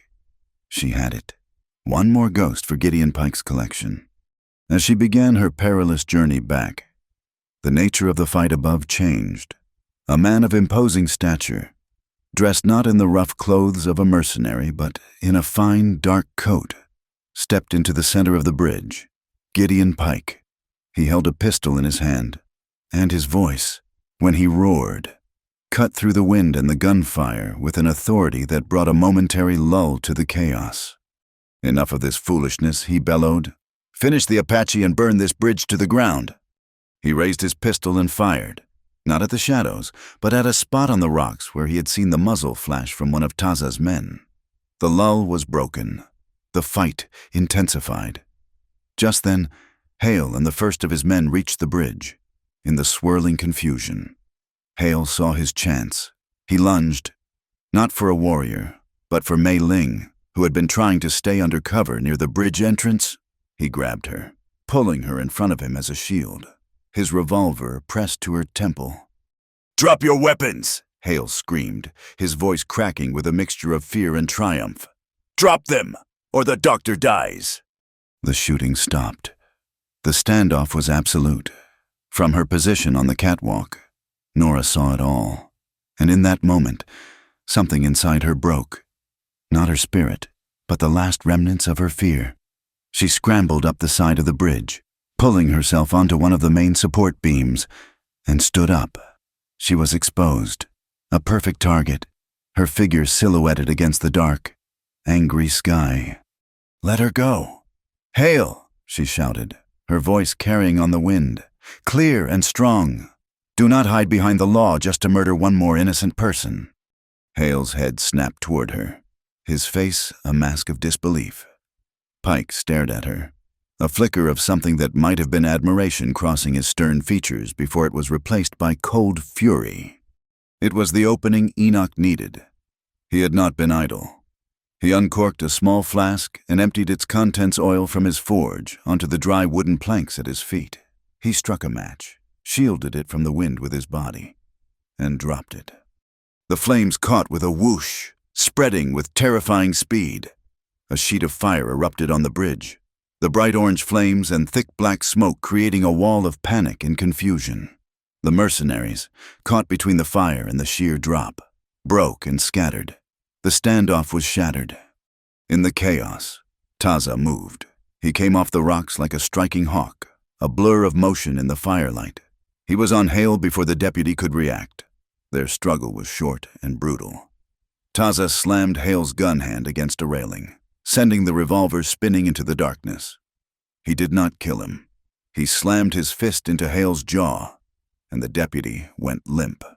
With a coil of rope he had taken from a dead mercenary, Taza bound Hale's hands and feet and, with the help of one of his warriors, tied the unconscious deputy securely to a vertical support beam, leaving him trussed up like an animal for all to see. Just as he finished, the first of the townspeople began to arrive, drawn from their beds by the sound of the battle and the ominous orange glow in the sky. They stopped in their tracks, their faces a mixture of horror and astonishment at the sight of the fire. The dead men and their own deputy sheriff, bound and defeated. Pike saw his entire plan unraveling. The dynamite wagon had been taken. The bridge was now crawling with witnesses. With a snarl of pure frustration, he turned and ran for the central pillar, pulling a small, complex device from his pocket. The detonator. He was fumbling with the wires when Nora, now back on the main deck of the bridge, saw him. There was a pistol lying on the planks near her, dropped by one of Hale's men. She scooped it up. It felt heavy and alien in her hand. She raised it, her arms shaking, and took aim at the broad figure of Gideon Pike. She did not aim for his head or his heart. She aimed for his hand. She squeezed the trigger. The gun bucked, the sound of the shot shockingly loud. Pike cried out, a sharp, ragged sound of pain and surprise. The detonator flew from his grasp. It spun through the air for a moment, catching the firelight, and then disappeared over the edge, tumbling silently into the immense darkness of Black Canyon. A few seconds later, a faint, distant splash echoed up from below. It was over. The threat was gone. The remaining mercenaries threw down their weapons as the townspeople, emboldened, swarmed onto the bridge. The fire, which had been Enoch's gambit, was quickly beaten out with coats and blankets. The bridge was scorched and blackened, but its bones were strong. It had been tested by fire, and it had held. Amidst the smoke and the shouting, Taza found her. She was standing by the railing, the heavy pistol still dangling from her hand, her face smudged with soot, her eyes wide with shock. He gently took the gun from her fingers and let it fall to the planks. He took her arm, his hand a warm, solid anchor in the swirling chaos. "We are alive," he said, his voice a low rumble that was just for her. Nora looked up at him, at his bruised and determined face, and a slow smile spread across her own. The fear and the shock were already receding, replaced by a deep, bone-weary sense of triumph. "Yes," she said, her voice clear and steady above the wind, "and we still have a portrait to take." The morning after the battle at Black Canyon, San Miguel awoke to a hangover of its own making. The town was not drunk on whiskey, but on a bewildering cocktail of fear, confusion, and a dawning, terrible clarity. Gideon Pike and a sullen, defeated Deputy Hale were held under guard in the sheriff's office, the cells now occupied by the very men who had once held the keys. Enoch, his head bandaged but his posture as solid as his anvil, stood watch at the door, flanked by two grim-faced ranchers who had seen enough to know which side of the law they were finally on. The scorched bridge stood as a stark monument to the night's events, a testament to how close the town had come to being severed from the world. The world, however, was already on its way to them. It arrived on the noon stagecoach in the form of a stack of newspapers, still smelling of fresh ink, their headlines stark and black. The Pueblo Herald. Nora's telegram had done its work. The story was there, laid out in cold, hard type. A brutal narrative of corporate greed and calculated murder. The words Conestoga and Pacific, Cedar Wash Massacre, and conspiracy were repeated like a drumbeat, a rhythm of accusation that echoed through the dusty street as people gathered in, stunned, silent groups to read the news. With the newspaper came the law, not the compromised, brutal law of Deputy Hale, but a taller, sterner authority in the person of Judge Elias Thorne, a traveling circuit judge whose reputation for fierce impartiality was known throughout the territory.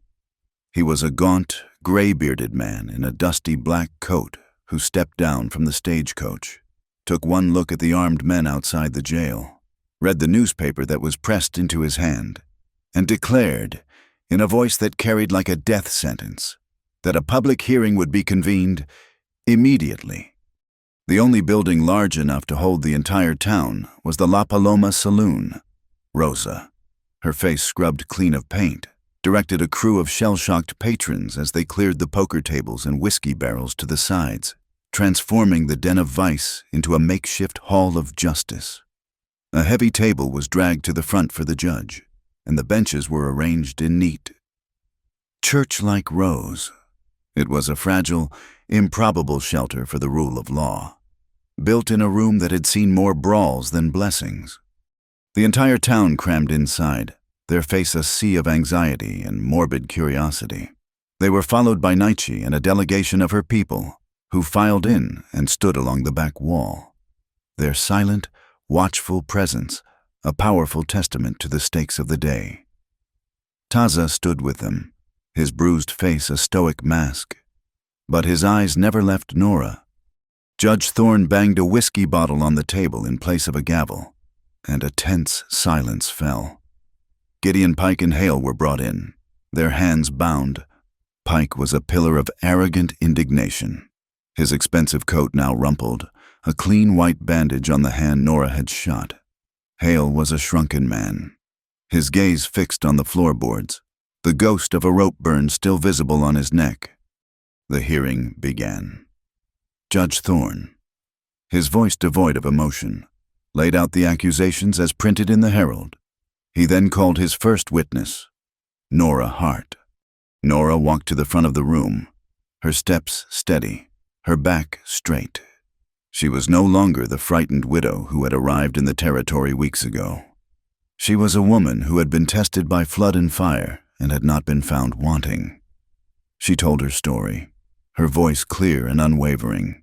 She spoke of the attack at Cedar Wash, of the man with the pale eyes and the C&P carving on his rifle. She recounted the raid on the warehouse, the discovery of the ledger, and the plan to destroy the bridge.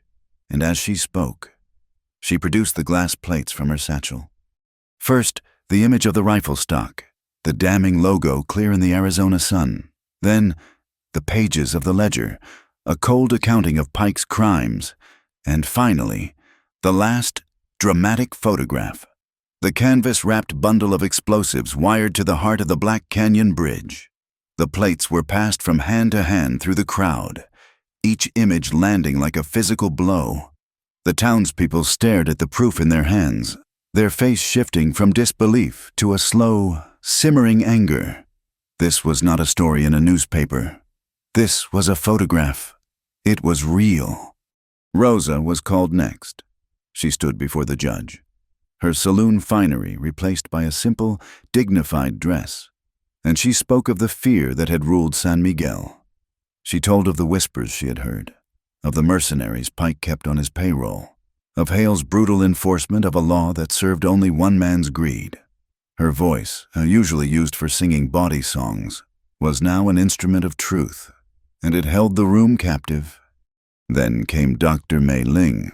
She spoke with a calm, clinical precision, her testimony a scalpel that laid bare the rotten heart of the conspiracy. She described Hale's ambush at the rail yard, the kidnapping of Enoch, and the cold-blooded threat to kill him if Nora did not surrender the evidence. Her account was unshakable, a quiet testament to the courage of a woman who had refused to be intimidated. When it was his turn to speak, Gideon Pike was all blustering denial. He spoke of progress, of the great iron horse that would bring prosperity to the territory. He dismissed the evidence as lies and fabrications, the work of a hysterical woman and her savage confederates. But his words were hollow. The photographs had already spoken, and their truth was far more powerful than his rhetoric. The crowd was no longer with him. They looked at him now and saw not a titan of industry, but a common murderer. Hale, when questioned, simply shook his head, refusing to speak, his silence a confession in itself. The murmuring in the crowd grew louder, angrier. They had been lied to. They had been manipulated. The man they had trusted to protect them, to uphold the law, was nothing more than a hired thug. The villain was not the Apache in the mountains. It was the man wearing the silver star. Just as Judge Thorne was about to render his judgment, a new presence made itself known. The doors of the saloon swung open, and a United States Army captain strode in, his uniform immaculate, his face grim. He was followed by a small contingent of blue-coated soldiers. "Captain Wallace," he announced, his voice ringing with authority. "I received a telegraph from the Pueblo Herald an hour ago. I have also read the dispatch." He looked from Pike to Hale, his eyes filled with a cold contempt. "In the absence of a reliable local authority," he said, his gaze sweeping over the defeated Hale, "these men are now in the custody of the United States Army. They will be transported to Fort Lowell to await a federal trial for conspiracy, murder, and treason against the interests of this territory." A collective gasp went through the room. Soldiers began to move forward, their bayonets fixed. The fragile, makeshift justice of San Miguel had just been reinforced with the unyielding iron of the federal government. Captain Wallace was not finished. He turned to Naichi and Taza. He produced a document, a formal letter bearing an official Army seal, a letter of assurance. He said, "By order of the territorial governor, all military operations against the Apache people in this region are hereby suspended. A full and independent investigation into the activities of the Conestoga and Pacific Railroad will be launched. All citizens," he said, his gaze taking in the entire room, "will be protected." The social conflict, the simmering war that Pike had so carefully engineered, had been diffused. The stroke of a pen, backed by the threat of force, had achieved what 1,000 bullets never could. The hearing was over. Pike and Hale were led away in chains, their power broken, their futures a bleak landscape of prison walls. The crowd began to disperse, talking in low, excited voices, trying to process the day's incredible events. In the middle of it all, the town's bridge foreman, a burly man named Peterson, clapped Enoch on the shoulder. "Well, blacksmith," he said with a grin, "for your work last night in helping to save my bridge, and for your part in starting that very convenient fire, I reckon you have earned yourself free passage and repairs for life." Enoch allowed himself a deep, rumbling laugh, a sound of pure relief and satisfaction. Nora stood with Taza near the back of the room, watching the scene unfold. She was not an observer anymore, not a storyteller capturing a moment on a glass plate. She was a part of the story, a woman who had not just recorded reality, but had fought to change it. Taza stood beside her, not in the shadows, but in the full, public light of the saloon, in the heart of the town. He was not hiding. He was home, and he was standing with the woman he loved. He knew now that his place was not in the solitude of the mountains, but here, at her side, forging a new path between two worlds. The fight for justice was not a retreat into the past, but a stand for the future, and for the first time, he believed such a future was possible. The seasons turned. The raw wound of the conflict at Black Canyon began to scar over, and, in its place, something new and tentative began to grow. San Miguel did not become a paradise overnight. Prejudice and suspicion, like stubborn desert weeds, were not so easily uprooted, but the town's brutal lesson in the nature of true villainy had humbled it, opened it to the possibility of a different way of living. The most visible sign of this change was the new building that rose at the edge of the forest, on a piece of land that belonged neither to the town nor to the Apache, but sat on the border between them. It was not a large structure, built of sturdy pine logs Enoch had helped them cut and haul, with a wide, welcoming porch. It was three things at once. In the front, with a large window that faced the morning sun, was Nora Hart's photography studio. But it was also Dr. Mei Ling's new clinic, a clean, bright space where she treated settlers with fevers and Apache children with scraped knees. Her skill and compassion a bridge that spanned the cultural divide, and in the evenings, by the warm light of a dozen lanterns, it became a school where Nora taught the Apache children their letters, and in return, learned from them the names of the desert plants and the stories of the stars. Life settled into a new rhythm, one dictated not by the relentless schedule of the railroad, but by the rising and setting of the sun. Naichi, her initial skepticism replaced by a grudging but deep respect, often brought the youngest children to the clinic herself, watching with her wise, ancient eyes as Mei Ling patiently explained the importance of clean water or the properties of a healing herb. Enoch became a frequent visitor, his booming laugh a familiar sound on the porch.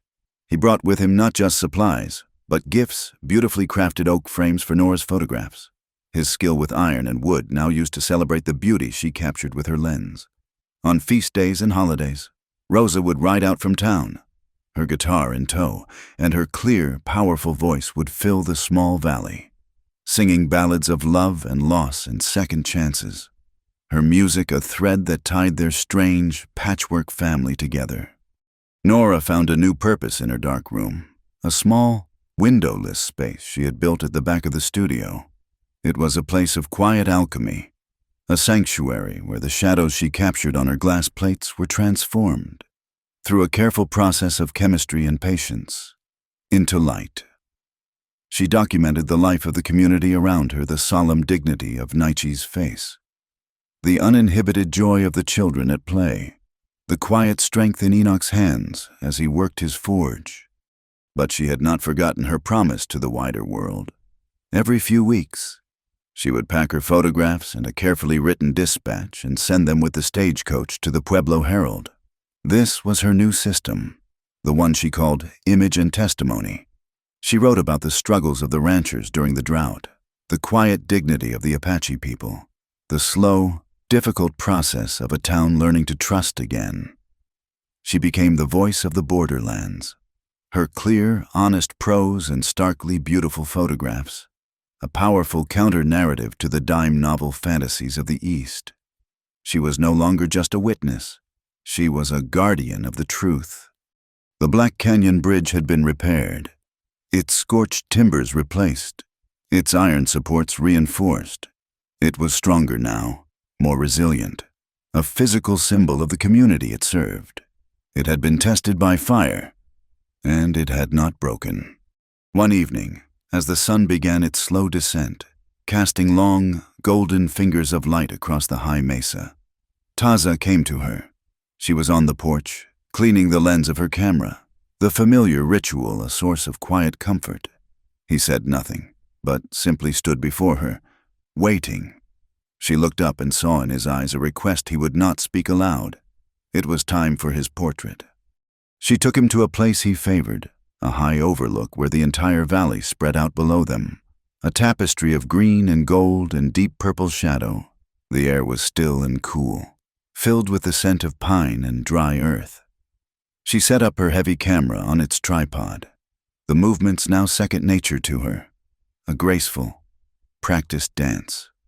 He stood before the lens, not stiff or posed, but with the relaxed, centered stillness that was the very essence of his being. He was not the fierce warrior from the bridge or the beaten man from the boxcar. He was simply Taza, a man of the mountains, his face a landscape of its own, carved by sun and wind and sorrow and a deep, abiding strength. The setting sun caught the high planes of his cheekbones, and for a fleeting moment, she saw not just the man she loved, but the spirit of this entire wild, beautiful, and unforgiving land.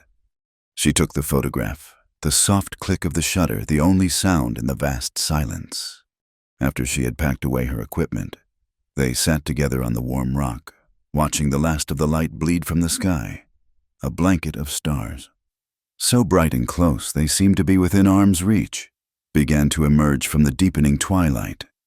She leaned against him, her head resting on his shoulder, his arm coming around her in a gesture that was now as natural as breathing. The fear and the uncertainty that had haunted her for so long were gone, replaced by a deep and quiet peace. She remembered that terrible night in the cave, the howling wind, the feeling of being utterly stripped down to her most essential self. She smiled, a soft, private smile in the darkness. "Bare and untamed," she whispered, the words a gentle echo of her former fear, now transformed into a statement of quiet joy. Taza was silent for a long moment. He gently took her bandaged hand, his thumb tracing the faint white line of the scar from Hale's warehouse. "Not untamed," he said, his voice a low, warm rumble against her ear. "Never untamed, only free." And in his words, she understood the final, beautiful truth. The West tamed no one, but it knew how to cradle the hearts that refused to break. Thank you for joining us on this journey through the American West. Let us know in the comments where you are listening from so we can all connect. And please subscribe to my channel, Wild West Tales. Like this video, and press the hype button to help share this story with more listeners.